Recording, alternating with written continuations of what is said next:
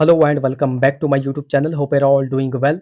तो आज हम यहाँ पर इंपॉर्टेंट क्वेश्चंस को रिवाइज करेंगे। ये क्वेश्चंस देखो आपके प्रीवियस हमीरपुर बोर्ड में पूछे जा चुके हैं, तो संभावना है कि आपके आगे आने वाले राज्य चयन आयोग या फिर शिमला बोर्ड में पूछे जा सकते हैं। अब आप सभी को पता ही होगा कि हफ्ते में एक या फिर दो बार हम हमीरपुर बोर्ड में जितने भी प्रीवियस इंपॉर्टेंट क्वेश्चंस पूछे गए हैं वो वीडियोस में आपके सामने यहाँ पर डिस्कस करता हूँ, आपसे साझा करता हूँ। बाकी इससे होता क्या है, इससे आपको भी पता चलता है कि किस तरीके से हमीरपुर बोर्ड पहले क्वेश्चंस को पूछा करता था। इससे आपको भी आइडिया लगेगा कि आपको आगे आने वाले राज्य चयन आयोग के लिए किस तरीके से तैयारी यहाँ पर करनी चाहिए।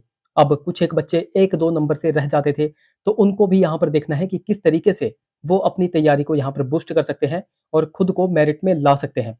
तो चलिए फिर बिना किसी टाइम वेस्ट के वीडियो को शुरू करते हैं क्वेश्चन नंबर 21 के साथ।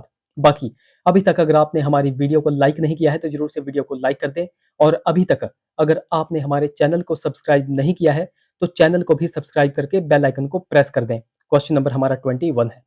When is the UN day celebrated every year? तो प्रतिवर्ष संयुक्त राष्ट्र दिवस जो है तो कब मनाया जाता है? तो जब भी संयुक्त राष्ट्र यानी कि यूनाइटेड नेशन की बात आती थी तो मैं आपको बहुत बार बताता था कि इसकी स्थापना कब की गई थी। इसकी स्थापना 24 अक्टूबर 1945 को की गई थी। ऑप्शन देखो यहाँ पर ए बिल्कुल करेक्ट हो जाएगा। अब जब भी यूएन की बात आती है तो इससे संबंधित दो तीन पॉइंट्स मैं आपको यहाँ पर बताता हूँ। अच्छा, पहले ही मैं आपको यहाँ पर बता दूं कि ये सिर्फ और सिर्फ जो है तो एक रिवाइज सेशन रहेगा। जिस तरह से हम वीडियोस में क्वेश्चंस को डिस्कस करते हैं, बिल्कुल डिटेल में डिस्कस करते हैं, उस तरीके से मैं क्वेश्चंस को डिटेल में डिस्कस यहाँ पर नहीं करूंगा। थोड़े थोड़े की पॉइंट होते हैं क्वेश्चन के, वो मैं आपके सामने यहाँ पर साझा कर दूंगा। जैसे यूएन की स्थापना कब की गई थी? 24 अक्टूबर 1945 को यूएन की स्थापना की गई थी। अच्छा, ये जो यूनाइटेड नेशन है इसमें कितनी परमानेंट मेंबर हैं? तो इसमें कितने परमानेंट मेंबर हैं? तो वो है 5 परमानेंट मेंबर। अब वो कौन कौन से हैं? तो उसमें एक तो चाइना जाता है, एक उसमें रशिया जाता है, एक उसमें फ्रांस आ जाता है, एक उसमें यूके आ जाता है और एक उसमें यूएसए आ जाता है। तो ये टोटल 5 कंट्रीज जो कि परमानेंट मेंबर हैं यूएन के, ये आपको ध्यान में रखना है। अच्छा, यूएन का हेडक्वार्टर कहाँ पर है? तो वो है न्यूयॉर्क में। ये भी आपको ध्यान में रखना है। बिल्कुल थोड़े थोड़े ही की पॉइंट्स हम यहाँ पर देखें। नेक्स्ट क्वेश्चन की बात करें, first Indian Arctic expedition was launch in the year? तो प्रथम भारतीय आर्कटिक अभियान किस वर्ष में शुरू हुआ था? अब देखो ये है हमीरपुर बोर्ड के क्वेश्चन। अब इन क्वेश्चंस को लाने का मकसद मेरा यही था कि आपको पता चल सके कि पहले हमीरपुर बोर्ड में किस तरह से क्वेश्चंस को पूछा जाता था। तो ये आपको यहाँ पर पता चल गया। आपसे पूछा गया है प्रथम भारतीय आर्कटिक अभियान किस वर्ष में शुरू किया गया था। अब सिंपल भाषा में मैं अगर आपको बताऊं तो आपसे सिंपल यहाँ पर पूछा गया है कि रिसर्च स्टेशन आर्कटिक में कब शुरू किया गया था। वो आपसे सिंपल यहाँ पर पूछा गया है। तो वो कब शुरू किया गया था? अगस्त 2007 में इसको शुरू किया गया था। ऑप्शन डी देखो यहाँ पर बिल्कुल करेक्ट हो जाएगा।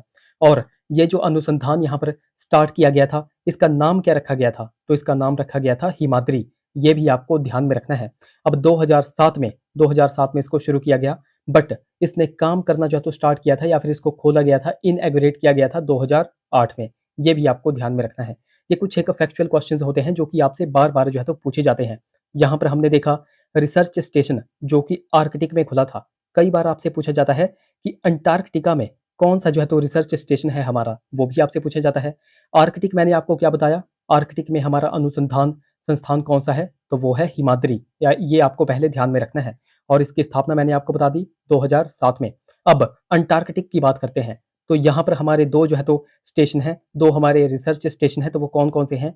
तो एक तो है मैत्री। और मैत्री की स्थापना कब की गई थी? तो 1983 में जो है तो मैत्री को स्टार्ट किया गया था, मैत्री की स्थापना की गई थी। यह एक हमारा रिसर्च स्टेशन है। अच्छा, मैत्री के अलावा भी कोई है? जी हाँ, एक और है, तो उसका नाम है भारती। और भारती की स्थापना कब की गई थी? ये जो भारती हमारा रिसर्च स्टेशन है, इसकी स्थापना 2012 में की गई थी। तो यहाँ पर आपको पता चल गया, ये जो अंटार्कटिका में हमारे रिसर्च स्टेशन है उनमें एक तो मैत्री है और एक भारती है। बट ये जो हमारा आर्कटिक है, इसमें सिर्फ और सिर्फ एक हमारा रिसर्च स्टेशन है। तो वो कौन सा है? तो वो है हिमाद्री। ये आपको ध्यान में रखना है। आपसे क्वेश्चन जिस तरह से भी पूछा जाएगा, एग्जामिनर आपको किसी भी तरह से कंफ्यूज करेगा, आपको हर एक तरीके से यहाँ पर तैयार रहना है। नेक्स्ट क्वेश्चन की बात करें, Nobel prize are distributed annually at? तो नोबेल पुरस्कार प्रतिवर्ष कहाँ पर वितरित किए जाते हैं, ये आपसे यहाँ पर पूछा गया है। तो नोबेल प्राइज़ की यहाँ पे बात की गई है, तो आप सभी को पता होगा कि नोबेल पुरस्कार स्वीडन की कैपिटल स्टॉकहोम से दिए जाते हैं। ऑप्शन बी देखो यहाँ पर बिल्कुल करेक्ट हो जाएगा। अब नोबेल प्राइज़ की जब भी बात आती है, तो इनसे संबंधित जितने भी फैक्ट बनते हैं, वो मैं आपको बताता हूँ। आज भी मैं आपको यहाँ पर बताऊँगा। सबसे पहला और सबसे बेसिक सा पॉइंट, नोबेल पुरस्कार किनकी याद में दिए जाते हैं? तो एक स्वीडिश साइंटिस्ट थे, अल्फ्रेड नोबेल, उनकी याद में नोबेल पुरस्कार दिया जाता है। पहले तो आपको यही ध्यान में रखना है। नोबेल पुरस्कार की शुरुआत कब की गई थी? ये क्वेश्चन बहुत बार एग्जाम में बना है। तो 1901 से नोबेल पुरस्कार की शुरुआत हुई थी, ये आपको ध्यान में रखना है। नोबेल पुरस्कार कितनी फील्ड में दिया जाता है? तो यह टोटल जो है तो 6 फील्ड में दिया जाता है। अब वो 6 फील्ड कौन-कौन सी हैं? किस-किस क्षेत्र में नोबेल प्राइज़ दिया जाता है? तो एक तो दिया जाता है पीस यानी कि शांति के क्षेत्र में, एक दिया जाता है लिटरेचर यानी कि साहित्य के क्षेत्र में, एक दिया जाता है फिजिक्स यानी कि भौतिकी के क्षेत्र में, एक दिया जाता है केमिस्ट्री यानी कि रसायन के क्षेत्र में, एक दिया जाता है मेडिसिन यानी कि चिकित्सा विज्ञान के क्षेत्र में, और एक दिया जाता है इकोनॉमी यानी कि अर्थशास्त्र के क्षेत्र में। तो ये 6 क्षेत्रों में नोबेल प्राइज़ यहाँ पर दिया जाता है, ये आपको ध्यान में रखना है। अब यहाँ से भी देखो एक क्वेश्चन एग्ज़ाम में पूछा जाता है। ये जो मैंने आपको बताया 6, ये 6 यहाँ पर क्षेत्र बताए, 6 मैंने आपको फील्ड बताई जिनमें नोबेल प्राइज़ दिया जाता है। तो इनमें इकलौती ऐसी फील्ड है जो हमारी पीस यानी कि शांति का नोबेल पुरस्कार है, वो सिर्फ़ और सिर्फ़ जो है तो नॉर्वे की कैपिटल ओस्लो से दिया जाता है। वो कहाँ से दिया जाता है? नॉर्वे की कैपिटल ओस्लो से। और बाकी के जो 5 बच गए, वो कहाँ से दिए जाते हैं? तो वो दिए जाते हैं स्वीडन की कैपिटल स्टॉकहोम से। मैंने आपको क्या बताया? जो हमारा शांति यानी कि पीस का नोबेल प्राइज़ है, वो कहाँ से दिया जाता है? तो वो दिया जाता है नॉर्वे की कैपिटल ओस्लो से। बट बाकी के जो 5 बच गए, ये 5 कहाँ से दिए जाते हैं? तो ये दिए जाते हैं स्वीडन की कैपिटल स्टॉकहोम से। और ये वाला क्वेश्चन भी बहुत बार एग्ज़ाम में पूछा जाता है, तो ये भी आपको ध्यान में रखना है। यहाँ से जितने भी क्वेश्चन्स एग्ज़ाम में पूछे जा सकते हैं, वो मैंने आपको बता दिए, तो ये आपको ध्यान में रख। नेक्स्ट क्वेश्चन की बात करें, which one of the following is a peace time gallantry award? तो निम्नलिखित में से कौन-सा शांतिकालीन वीरता पुरस्कार है? अब देखो ये भी हमीरपुर बोर्ड का ही क्वेश्चन है। तो एग्ज़ामिनर आपको किस भी तरीके से किसी भी तरह के क्वेश्चन से पूछेगा, वो आपको पता होने चाहिए। मेरा यहाँ पर मकसद यही है आपको दिखाने का कि किस तरीके से हमीरपुर बोर्ड क्वेश्चंस को पुट किया करता था। तो यहाँ पर आपको पता चल गया कि किस तरीके से, किस तरह का क्वेश्चंस यहाँ पर आपसे पूछा गया है।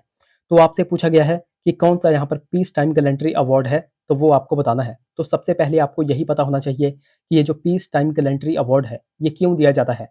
तो युद्ध के मैदान में साहस और आत्म बलिदान के लिए जो है तो पीस टाइम गैलेंट्री अवार्ड प्रदान किया जाता है, ये आपको पहले ध्यान में रखना है। अब ये भी जो है तो कैटेगराइज़ यहाँ पर किया गया है। इसमें सबसे पहले जो है तो सबसे पहले नंबर पर आता है अशोक चक्र। तो अशोक चक्र दिया जाता है सबसे पहले नंबर पर। अशोक चक्र के बाद इसमें दिया जाता है कीर्ति चक्र। क्या दिया जाता है? कीर्ति चक्र। और कीर्ति चक्र के बाद तीसरे नंबर पर आता है शौर्य चक्र। मैंने आपको क्या बताया कि ये जो पीस टाइम गैलेंट्री अवार्ड है, यह युद्ध के मैदान में साहस और आत्म बलिदान के लिए प्रदान किया जाता है। इसको भी 3 तरीके से कैटेगराइज़ किया गया है। सबसे पहले, सबसे फर्स्ट नंबर पर जो है तो अशोक चक्र दिया जाता है, उसके बाद कीर्ति चक्र और उसके बाद शौर्य चक्र। आप यहाँ पर ऑप्शंस में देख सकते हैं, अशोक चक्र कहीं भी नहीं दिया गया है, कीर्ति चक्र भी कहीं भी नहीं दिया गया है, बट शौर्य चक्र जो कि ऑप्शन ए में देख करके रखा है, वो दिया गया है। इसलिए इस क्वेश्चन का देखो राइट ऑप्शन क्या हो जाएगा? ऑप्शन ए देखो यहाँ पर बिल्कुल करेक्ट हो जाएगा। आपसे पूछा गया था कौन सा जो है तो शांतिकालीन वीरता पुरस्कार है, तो वो मैंने आपको बिल्कुल डिटेल में बता दिया, तो वो हो जाएगा शौर्य चक्र। ऑप्शन ए देखो यहाँ पर बिल्कुल करेक्ट हो जाएगा। बाकी वीडियो अगर आपको हेल्पफुल लग रही होगी तो ज़रूर से वीडियो को लाइक कर दें। अगले क्वेश्चन की बात करें, who is the author of the book wings of fire? तो अग्नि की उड़ान यानी कि विंग्स ऑफ फायर पुस्तक के लेखक कौन थे? आप सभी को पता है विंग्स ऑफ फायर ये पुस्तक लिखी है अब्दुल कलाम ने। ऑप्शन डी देखो यहाँ पर बिल्कुल करेक्ट हो जाएगा। अब यहाँ पर बात आई है अब्दुल कलाम की। आप सभी को पता है इनसे संबंधित बहुत से क्वेश्चंस एग्जाम में पूछे जाते हैं। तो सबसे पहले हम इसी बेसिक क्वेश्चन को देख लेते हैं कि ये जो विंग्स ऑफ फायर पुस्तक है, ये पब्लिश कब हुई थी? तो ये पब्लिश हुई थी 1999 में। ये पहले आपको ध्यान में रखना है। और ये लिखी किनके द्वारा गई थी? तो एक तो थे अब्दुल कलाम और साथ में थे इनके अरुण तिवारी। ये आपको 2 नाम ध्यान में रखने हैं। इनके द्वारा जो है तो विंग्स ऑफ फायर पुस्तक लिखी गई थी। 1999 में इसको जो है तो पब्लिश किया गया था। ये आपको पता चल गया। अब सबसे बेसिक सा क्वेश्चन, जब भी आपसे इंपॉर्टेंट पर्सनैलिटीज़ पूछी जाती हैं, तो उनका एक तो पहले आपको जन्म पता होना चाहिए कि उनका जन्म कब हुआ था, कहाँ पर हुआ था और उनकी मृत्यु कब हुई थी। ये 3 पॉइंट आपको पहले पता होने चाहिए। तो अब्दुल कलाम, इनका जन्म कब हुआ था वो आपको पता होना चाहिए। तो इनका जन्म हुआ था 1931 में। और जन्म हुआ कहाँ पर था? तो वो हुआ था रामेश्वरम में। रामेश्वरम यानी कि तमिलनाडु में इनका जन्म हुआ था, ये आपको ध्यान में रखना है। और इनकी मृत्यु कब हुई थी, वो भी आपको ध्यान में रखना है। तो इनकी मृत्यु 2015 में हुई थी, ये आपको ध्यान में रखना है। तो बिल्कुल बेसिक सा पॉइंट हमने यहाँ पर देख लिया। अब कुछ और भी पॉइंट देखते हैं, जैसे कि आप सभी को पता होगा कि अब्दुल कलाम हमारे राष्ट्रपति भी रहे थे। तो यह भारत के कौन से नंबर के राष्ट्रपति रहे थे? तो ये रहे थे 11वें नंबर के राष्ट्रपति। कब से कब तक यह राष्ट्रपति रहे थे? 2002 से लेकर के 2007 तक यह हमारे जो है तो राष्ट्रपति रहे थे, ये आपको ध्यान में रखना है। तो जन्म हमने देख लिया, मृत्यु हमने देख ली और भारत के यह 11वें नंबर के राष्ट्रपति थे। कब से कब तक यह राष्ट्रपति रहे थे, वो सारे क्वेश्चंस, इंपॉर्टेंट क्वेश्चंस हमने यहाँ पर देख लिए। बाकी मिसाइल मैन ऑफ इंडिया किनको कहा जाता है? तो वह अब्दुल कलाम जी को ही कहा जाता है। पीपल्स प्रेसिडेंट ऑफ इंडिया, तो पीपल्स प्रेसिडेंट ऑफ इंडिया भी अब्दुल कलाम को ही कहा जाता है। ये बिल्कुल बेसिक से पॉइंट है जो कि हर एक बच्चे को पता होने चाहिए। कुछ एक बच्चे कमीशन की तैयारी कर रहे हैं, उनको ये हर एक क्वेश्चन जो है तो पता होने ही होने चाहिए। नेक्स्ट क्वेश्चन की बात करें, who directed the world famous film the Gandhi? तो विश्व प्रसिद्ध फिल्म द गांधी का निर्देशन किसने किया था? अब देखो, इस तरह के क्वेश्चंस भी आपके हमीरपुर बोर्ड में पूछे जाते थे। अभी कल परसों में आपको क्या बता रहा था कि एक मूवी आई है संभाजी महाराज पर, तो वह मूवी का नाम क्या है? तो उस मूवी का नाम है छावा मूवी। और छावा मूवी में संभाजी महाराज का रोल किन्होंने अदा किया हुआ है, किन्होंने निभाया है? इस तरह के क्वेश्चंस भी आपके आगे आने वाले एग्जाम में पूछे जा सकते हैं। तो अभी हाल फिलहाल आप सभी को पता है संभाजी महाराज के ऊपर छावा मूवी बनी थी। उसमें संभाजी महाराज का रोल विकी कौशल के द्वारा जो है तो प्ले किया गया था। अब इस क्वेश्चन की बात करते हैं कि विश्व प्रसिद्ध फिल्म द गांधी, इसका निर्देशन यानी कि इसको डायरेक्ट किसने किया था? तो वो किया था रिचर्ड एटनबरो ने। ऑप्शन डी देखो यहाँ पर बिल्कुल करेक्ट हो जाएगा। अब इस मूवी के बारे में बहुत से क्वेश्चन एग्जाम में पूछे जाते हैं, जैसे कि सबसे पहला क्वेश्चन यहाँ पर पूछा जाता है कि किन का अप्रूवल लेकर के, किन की अनुमति से इस मूवी को बनाने का विचार आया था? तो वो 1962 की बात है। पंडित हमारे जवाहरलाल नेहरू हुआ करते थे, हमारे प्राइम मिनिस्टर हुआ करते थे। तो उनका अप्रूवल लेकर के इस मूवी को बनाने का विचार आया था। पहले तो आपको यही ध्यान में रखना है। अब ये जो द गांधी मूवी थी, इसको रिलीज कब किया गया था? यह रिलीज कब हुई थी? 1982 की यह बात है। और ये क्वेश्चन और ये डेट बहुत बार एग्जाम में पूछी जाती है, जो कि आपको ध्यान में रखनी है। तो ये 2 पॉइंट आपको पता चल गए। रिचर्ड एटनबरो इस मूवी के डायरेक्टर थे। तो एक क्वेश्चन सेंट्रल लेवल के एग्जाम में पूछा जाता है, ये जो द गांधी मूवी है, इसमें महात्मा गांधी जी की भूमिका किन्होंने निभाई थी? तो वो किन्होंने निभाई थी? तो वो थे बेन किंग्सले। ये क्वेश्चन बहुत बार सेंट्रल लेवल के एग्जाम में पूछा गया है, तो ये आपको ध्यान में रखना है। द गांधी मूवी में गांधी जी की भूमिका बेन किंग्सले के द्वारा निभाई गई थी। अच्छा, द गांधी मूवी में कस्तूरबा गांधी की भूमिका किन्होंने निभाई थी? तो ये नाम भी आपको ध्यान में रखना है कि रोहिणी के द्वारा कस्तूरबा गांधी की भूमिका निभाई गई थी। ये भी आपको ध्यान में रखना है। इस क्वेश्चन से संबंधित एक पॉइंट यहाँ पर बनता है कि भारत को पहली बार ऑस्कर अवार्ड कब दिया गया था? तो भारत की जब भी बात आती है कि भारत को पहली बार ऑस्कर अवार्ड दिया गया था, तो वो दिया गया था 1983 में। और वो दिया किनको गया था? तो वो दिया गया था भानु अथैया को। और किसके लिए दिया गया था? तो कॉस्ट्यूम डिजाइन की श्रेणी में उनको यह अवार्ड दिया गया था। और किस मूवी के लिए दिया गया था? द गांधी मूवी के लिए दिया गया था। अब देखो, जिस तरह से क्वेश्चंस को यहाँ पर मैं लिंक कर रहा हूँ, उसी तरह से क्वेश्चंस को आपको भी लिंक करके चलना है। ये क्वेश्चंस हैं जो कि बहुत बार आपके एग्जाम में पूछे गए हैं, ये आपको ध्यान में रखने हैं। नेक्स्ट क्वेश्चन की बात करें, the headquarter of the International Court of Justice is at? तो अंतरराष्ट्रीय न्यायालय का मुख्यालय कहाँ पर है? तो इंटरनेशनल कोर्ट ऑफ जस्टिस, इसका मुख्यालय कहाँ पर है? तो वो है द हेग में। और द हेग कहाँ पर पड़ता है? तो वो पड़ता है नीदरलैंड में। ये आप सभी को पता होगा। एक पॉइंट में आपको बहुत बार बताता हूँ कि ये जो यूएन है, इसके टोटल प्रिंसिपल ऑर्गन कितने हैं? तो यूएन के टोटल प्रिंसिपल ऑर्गन कितने हैं? तो वो हैं 6। अब इन 6 ऑर्गन में से इकलौता है इंटरनेशनल कोर्ट ऑफ जस्टिस, जिसका मुख्यालय द हेग में है। बाकी जो 5 बचे जाते हैं, उनका मुख्यालय कहाँ पर है? तो वो है यूएसए के न्यूयॉर्क में। ये भी आपको ध्यान में रखना है। तो सिर्फ और सिर्फ इंटरनेशनल कोर्ट ऑफ जस्टिस का मुख्यालय कहाँ पर है? नीदरलैंड के द हेग में। यहाँ से भी कुछ एक क्वेश्चंस बनते हैं, जैसे कि इंटरनेशनल कोर्ट ऑफ जस्टिस है, इसमें टोटल जजों की संख्या कितनी होती है? तो वो होते हैं 15 जज। अच्छा, इनका कार्यकाल यानी कि इनका टेन्योर कितने वर्ष का होता है? तो वो होता है 9 वर्ष का। ये भी आपको ध्यान में रखने हैं। यहाँ से मैं आपसे एक क्वेश्चन पूछूंगा। मैंने आपको अभी बताया यूएन के टोटल 6 प्रिंसिपल ऑर्गन्स होते हैं। एक तो हमको पता चल गया इंटरनेशनल कोर्ट ऑफ जस्टिस है। बाकी के 5 कौन कौन से हैं, वो आप नीचे कमेंट में मुझे बताओगे। अगर आपको नहीं आता है, गूगल पे जाओ, बुक्स खोलो, सर्च करो और सर्च करने के बाद आकर के इस वीडियो के नीचे कमेंट करो। मैं आपको बहुत बार बोलता हूँ कि कमेंट करने से आपका ही फायदा है। जो चीज़ आप कमेंट कर देते हो, वो चीज़ आप कभी भूलते नहीं हो। तो मेक श्योर कमेंट ज़रूर करें। नेक्स्ट क्वेश्चन की बात करें, the SAARC secretariat is located at. तो सार्क का सचिवालय कहाँ पर है? सिंपल आपसे पूछा गया है कि सार्क का हेडक्वार्टर कहाँ पर है, तो वो कहाँ पर है, तो वो है नेपाल के काठमांडू में। ऑप्शन डी देखो यहाँ पर बिल्कुल करेक्ट हो जाएगा। सार्क की फुल फॉर्म जो कि हर एक बच्चे को पता होनी चाहिए, south Asian association for regional cooperation. इसमें टोटल कंट्रीज कितनी है? तो इसमें टोटल 8 कंट्रीज आती हैं। तो वो कौन कौन सी हैं? तो उसमें मालदीव, श्रीलंका, भारत, पाकिस्तान, अफगानिस्तान, नेपाल, भूटान और बांग्लादेश। ये 8 कंट्रीज किस में आती हैं? सार्क में आती हैं। ये आपको पता होना चाहिए। अच्छा, सार्क की स्थापना कब की गई थी? तो सार्क की स्थापना 1985 1985 में की गई थी। ये भी आपको ध्यान में रखना है। यहाँ से भी एक बिल्कुल सिंपल सा क्वेश्चन मैं आपसे पूछता हूँ। ब्रिक्स ब्रिक्स में टोटल कंट्री मेंबर कितने हैं, वो आप नीचे कमेंट में बताओ। अब ऐसा नहीं है कि Brazil, Russia, India, China, south Africa, आप 5 देश यहाँ पर नीचे कमेंट में लिख करके आ गए। जी नहीं, 5 यहाँ पर नहीं है। मैं आपको पहले ही बता दूं, ब्रिक्स में टोटल कंट्री मेंबर कितनी हैं वो आप नीचे कमेंट में मुझे बताओगे। अगले क्वेश्चन की बात करें, the nuclear non proliferation treaty came into force in. तो नाभिकीय अप्रसार संधि कब अस्तित्व में आई थी? अब इस तरह के क्वेश्चंस भी आपको ध्यान में रखने हैं। ये भी आपके हमीरपुर बोर्ड में ही पूछा गया है। तो आपसे पूछा गया है कि न्यूक्लियर नॉन प्रोलिफरेशन ट्रीटी कब जो है तो अस्तित्व में आई थी, तो वो कब आई थी वो आपको यहाँ पर बताना है। तो ये कब आई थी? तो ये आई थी 1970 में। 29 का देखो ऑप्शन बी देखो यहाँ पर बिल्कुल करेक्ट हो जाएगा। अब इस ट्रीटी के बारे में आपको ध्यान में रखना है। पहले तो 1968 में यहाँ पर हस्ताक्षर किए गए थे, यानी कि सिग्नेचर किए गए थे कुछ एक कंट्रीज के द्वारा। बाद में चल करके 1970 की बात है, 1970 में ये ट्रीटी जो है तो फोर्स में आ गई थी। यही आपसे क्वेश्चन यहाँ पर पूछा गया था।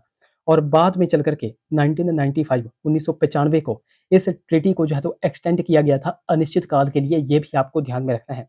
अब इस ट्रीटी में टोटल मेंबर कितने आते हैं, टोटल कंट्री मेंबर कितनी आती है? तो वो आती है 191 टोटल कंट्री मेंबर। ये भी आपको ध्यान में रखना है। यानी कि आप कह सकते हैं कि 191 कंट्रीज इस ट्रीटी से जुड़ी हुई हैं। ये आपको ध्यान में रखना है। तो मैंने आपको क्या बताया, ये जो ट्रीटी है यह जो है तो कब अस्तित्व में आई थी? तो ये आई थी 1970 में। ऑप्शन बी देखो यहाँ पर बिल्कुल करेक्ट हो जाएगा। बाकी देखो, अभी तक अगर आपने इस वीडियो को लाइक नहीं किया है तो जरूर से वीडियो को लाइक कर दें। अभी तक अगर आपने हमको टेलीग्राम और इंस्टाग्राम पे फॉलो नहीं किया है तो वहां पर जाकर भी फॉलो जरूर कर लें। लिंक देखो आपको डिस्क्रिप्शन में मिल जाएगा। बाकी लिंक कई बार चलता नहीं है तो आपको सिंपली टेलीग्राम पे जाना है और @लेट्स प्रिपेयर टू सर्च करना है, आपको हमारा चैनल मिल जाएगा। उसी प्रकार इंस्टाग्राम पे जाकर के आप लेट्स प्रिपेयर टुगेदर सर्च कर सकते हैं। अगर कोई क्वेरी होगी तो आप मुझे इंस्टा पे भी मैसेज कर सकते हैं। अब हम थोड़े यहाँ पर हिमाचल के क्वेश्चंस भी देखेंगे। तो क्वेश्चन नंबर 181 की अगर बात करें, बसपा घाटी हिमाचल के किस जिले में है? आप सभी को पता है बसपा वैली कहाँ पर है, तो वो है किन्नौर जिले में। बसपा वैली को ही सांगला वैली भी बोला जाता है। उसी की तरह रूपा वैली हो गई, मुलगन वैली हो गई, सांगला वैली हो गई, यूल वैली जो कि मैंने आपसे पूछी थी, तो यूल वैली हो गई। ये सारी की सारी वैलीज कहाँ पर हैं? तो ये है किन्नौर जिले में। ये आपको पता होना चाहिए। मंडी की अगर बात करें तो मंडी में बल्ल वैली हो गई, इमला विमला वैली हो गई, चौहार वैली, चौंतरा वैली, ये कहाँ पर है? तो ये है मंडी में। ऊना की एक वैली मैंने आपको बताई हुई थी जिसका नाम है जसवां दून वैली, जिसको स्वां वैली भी बोलते हैं, तो वो आपको ध्यान में रखनी है। सोलन की इंपॉर्टेंट वैलीज है जिनमें Sarsa valley, Saproon valley, Kunihar valley, Gambhar valley, Nalagarh valley, तो ये कुछ एक सोलन की वैलीज भी आपको ध्यान में रखनी है। सिरमौर में एक वैली है जिसका नाम है क्यारदा दून वैली, तो ये कुछ एक वैलीज हमने यहाँ पर देखी जो कि आपको ध्यान में रखनी है। 182 की बात करें, हिमाचल प्रदेश की कौन सी नदी गंगा नदी की सहायक नदी है? तो वह ऑब्वियसली कौन सी हो जाएगी? तो वो हो जाएगी यमुना नदी। ऑप्शन सी यहाँ पर करेक्ट हो जाएगा। अब यमुना नदी से दो फैक्ट यहाँ पर बनते हैं कि यमुना नदी हिमाचल में कहाँ से प्रवेश करती है और यह हिमाचल को कहाँ पर छोड़ती है। तो हिमाचल में जब भी बात आएगी तो यमुना नदी हिमाचल में खोदरी माजरी नामक जगह से प्रवेश करती है और इसको ताजेवाला के समीप से जो है तो हरियाणा में यहाँ प्रवेश कर जाती है, या फिर ताजेवाला का समीप यह हिमाचल को छोड़ देती है। ये आपको पता होना चाहिए। यमुना का प्राचीन नाम क्या था? तो यमुना नदी का प्राचीन नाम क्या था? तो वो था कालिंदी। ये भी आपको ध्यान में रखना है। नेक्स्ट क्वेश्चन की बात करें, बादल हिमखंड हिमाचल के किस जिले में आता है? तो कहाँ पर आता है? तो वो आता है कांगड़ा जिले में। ये आपको पता होना चाहिए। अच्छा, ये हमारा हिमाचल प्रदेश है, तो हिमाचल प्रदेश का सबसे बड़ा हिमनद, सबसे बड़ा ग्लेशियर कौन सा है? तो वो भी आपको पता होना चाहिए। तो वो कौन सा है? तो वो है बड़ा शिगड़ी, जो कि कहाँ पर आता है? लाहौल स्पीति में आता है। ये आपको पता चल गया। अच्छा, उसी की तरह कुछ और भी ग्लेशियर है लाहौल स्पीति में जो कि आपको पता होने चाहिए। आपसे पूछा जाता है मियार ग्लेशियर, ये कहाँ पर है? तो ये है लाहौल स्पीति में। उसी की तरह आपसे पूछा जाता है गेफांग ग्लेशियर, ये कहाँ पर है? तो गेफांग ग्लेशियर भी लाहौल स्पीति में है। और मोस्ट इंपॉर्टेंट अगर मैं आपको बताऊं तो पेराद ग्लेशियर, ये कहाँ पर है? तो ये भी लाहौल स्पीति में है। तो लाहौल स्पीति के ये कुछ ग्लेशियर हैं जो कि आपसे पूछे जाते हैं, वो आपको पता होने चाहिए। एक क्वेश्चन मैं आपसे यहाँ पर पूछूँगा, एक तो दुधौन ग्लेशियर, ये कहाँ पर है? वो आप नीचे कमेंट में मुझे बताओगे। दुधौन ग्लेशियर हो गया, पार्वती ग्लेशियर हो गया, ये कहाँ पर है? किस जिले में है? वो आप नीचे कमेंट में मुझे बता दो। अगला क्वेश्चन, चंद्रताल झील हिमाचल के किस जिले में है? तो चंद्रताल झील की जब भी बात आती है तो वो कहाँ पर है? तो वह है लाहौल स्पीति में। ऑप्शन बी देखो यहाँ पर बिल्कुल करेक्ट हो जाएगा। चंद्रताल झील हो गई और एक सूरजताल झील हो गई। ये दोनों कहाँ पर हैं? तो ये हैं लाहौल स्पीति में। ये आपको पता चल गया। मंडी में कुछ एक झीलें हैं, आप सभी को पता है। रिवाल्सर झील, पराशर झील, कुंतभयोग झील, कुमारवाह झील हो गई, कमरू नाग झील हो गई, सुखसार झील, पंडोह झील। तो ये कहाँ की हैं? तो ये हैं मंडी जिले की। कुल्लू की भी कुछ एक झीलें हैं। तो कुल्लू की झीलों में एक तो दशहर झील आ जाती है, जो कि बहुत बार एग्जाम में पूछी जा रही है। तो दशहर झील कहाँ पर है? तो वो है कुल्लू में। नैनसर झील भी कहाँ पर है? तो वो है कुल्लू में। मंतलाई झील भी कहाँ पर है? तो वो है कुल्लू में। सरियोलसर झील भी कहाँ पर है? तो वो भी कुल्लू जिले में ही पड़ती है। एक क्वेश्चन, धनकर झील कहाँ पर है? तो वो है स्पीति में। ये आपको ध्यान में रखना है, ये क्वेश्चन बहुत बार हमीरपुर बोर्ड में पूछा गया है, तो ये मैंने आपको बता दिया। अच्छा, कराली झील कहाँ पर है? तो कराली झील कहाँ पर है? तो ये है शिमला में। और एक गढ़ झील, गढ़ झील भी कहाँ पर है? तो वो भी शिमला में ही है। एक क्वेश्चन मैं आपसे यहाँ पर पूछता हूँ, करेरी झील कहाँ पर है? वो आप देखो नीचे कमेंट में मुझे बताओगे। अगले क्वेश्चन की बात करें, कुगती अभ्यारण्य वाइल्ड लाइफ सेंचुरी हिमाचल के किस जिले में है? तो कुगती वन्य जीव अभ्यारण्य ये कहाँ पर है? तो ये ऑब्वियसली कहाँ पर हो जाएगा? तो ये हो जाएगा चंबा जिले में। अब चंबा जिले में कुछ और भी वाइल्ड लाइफ सेंचुरी हैं जो कि आपसे पूछी जाती हैं। तो कुगती वाइल्ड लाइफ सेंचुरी हो गई, गामगुल हो गई, सेचुतुआ नाला हो गई और तुंडाहा। तुंडाहा देखो बहुत बार एग्जाम में बनती है। तो तुंडाहा वाइल्ड लाइफ सेंचुरी कहाँ पर है? तो यह है चंबा जिले में। ये आपको पता चल गया। मंडी में भी कुछ एक वाइल्ड लाइफ सेंचुरी हैं जो कि आपको पता होनी चाहिए, जिनमें एक तो आ जाती है बांदली, एक आ जाती है नारगू और एक आ जाती है शिकारी देवी। तो ये भी मंडी की कुछ एक आपको वाइल्ड लाइफ सेंचुरी ध्यान में रखनी है। कुल्लू जिले की भी मैं आपको बता देता हूँ। कुल्लू में एक तो खोखन वाइल्ड लाइफ सेंचुरी है, मनाली वाइल्ड लाइफ सेंचुरी है, सैंज हो गई, उसके बाद तिरथन हो गई, उसके बाद कायस हो गई, कायस वाइल्ड लाइफ सेंचुरी। ये बहुत बार देखो एग्जाम्स में पूछे जाते हैं, बिल्कुल बेसिक से क्वेश्चन होते हैं और ये बेसिक क्वेश्चन आपके गलत नहीं होने चाहिए। अगले क्वेश्चन की बात करें, पंडोह बांध किस नदी पर बना हुआ है? आप सभी को पता है पंडोह बांध कहाँ पर है, कौन से जिले में है? तो ये है मंडी जिले में। और ये किस नदी पर बना है? तो ये बना है ब्यास नदी पर। ऑप्शन बी देखो यहाँ पर बिल्कुल करेक्ट हो जाएगा। एक क्वेश्चन मैं आपको यहाँ पर बताता हूँ, ये जो पंडोह बांध है, तो पंडोह बांध का जो पानी है वो कहाँ पर, किस स्थान पर सतलुज नदी में मिलता है? तो वो आपसे पूछा जाता है। तो वो मिलता है सलापड़ नामक जगह पर। ये आपको ध्यान में रखना है। अगले क्वेश्चन की बात करें, बहादुरपुर किला हिमाचल के किस जिले में है? तो मैंने आपको थोड़े दिन पहले ही बताया हुआ था बहादुरपुर किला कहाँ पर है। तो वह है बिलासपुर में। मैंने बिलासपुर की धारें आपको बताई हुई थी कि बिलासपुर में टोटल 7 धारें पड़ती हैं, वो भी मैंने आपको बताया हुआ था। तो ये कुछ एक बेसिक से क्वेश्चंस आपको बार-बार जो है तो रिवाइज़ करने ही करने हैं। तो बहादुरपुर किला कहाँ पर हो गया? तो वो हो गया बिलासपुर में। उसी की तरह छातीपुर किला ये कहाँ पर है? तो ये भी बिलासपुर में ही है, बट इसका निर्माण किसने किया था? तो इसका निर्माण कांगड़ा के राजा संसार चंद के द्वारा करवाया गया था। एक क्वेश्चन, जातक किला हो गया, उसी की तरह नाहन किला हो गया, तो ये कहाँ पर है? तो ये है सिरमौर जिले में, ये भी आपको पता होना चाहिए। उसी की तरह आपसे पूछा जाता है तारागढ़ किला, ये कहाँ पर है? तो ये कहाँ पर है? तो ये है चंबा जिले में, ये आपको पता होना चाहिए। समरगढ़ किला कहाँ पर है? तो समरगढ़ किला जो है तो शिमला में है, ये भी आपको ध्यान में रखना है। तो ये कुछ एक इंपॉर्टेंट किले भी मैंने आपको बता दिए जो कि आपको ध्यान में रखने हैं। अगला क्वेश्चन, रंग महल की नींव चंबा के किस राजा के द्वारा जो है तो रखी गई थी? तो रंग महल आपसे पूछा गया है। अभी मैंने थोड़े दिन पहले ही आपको बताया हुआ था कि बिलासपुर में भी एक रंग महल है, जिसकी स्थापना 1900 में की गई थी और किस राजा ने करवाई थी? तो विजय विजय चंदेल के द्वारा जो है तो विजय सिंह के द्वारा जो है तो बिलासपुर में रंग महल का निर्माण जो है तो करवाया गया था। और कब करवाया गया था? 1900 ईस्वी में करवाया गया था। अब एक रंग महल जो है तो चंबा में भी है, उसका निर्माण किसके द्वारा करवाया गया था? वही आपसे यहाँ पर पूछा गया है। तो उसका निर्माण उमेद सिंह के द्वारा करवाया गया था। ऑप्शन ए में यहाँ यहाँ पर देकर के रखा है। अब उमेद सिंह के ही द्वारा एक क्वेश्चन एग्जाम में बनता है, नाडा महल। तो नाडा महल भी किसके द्वारा बनवाया गया था?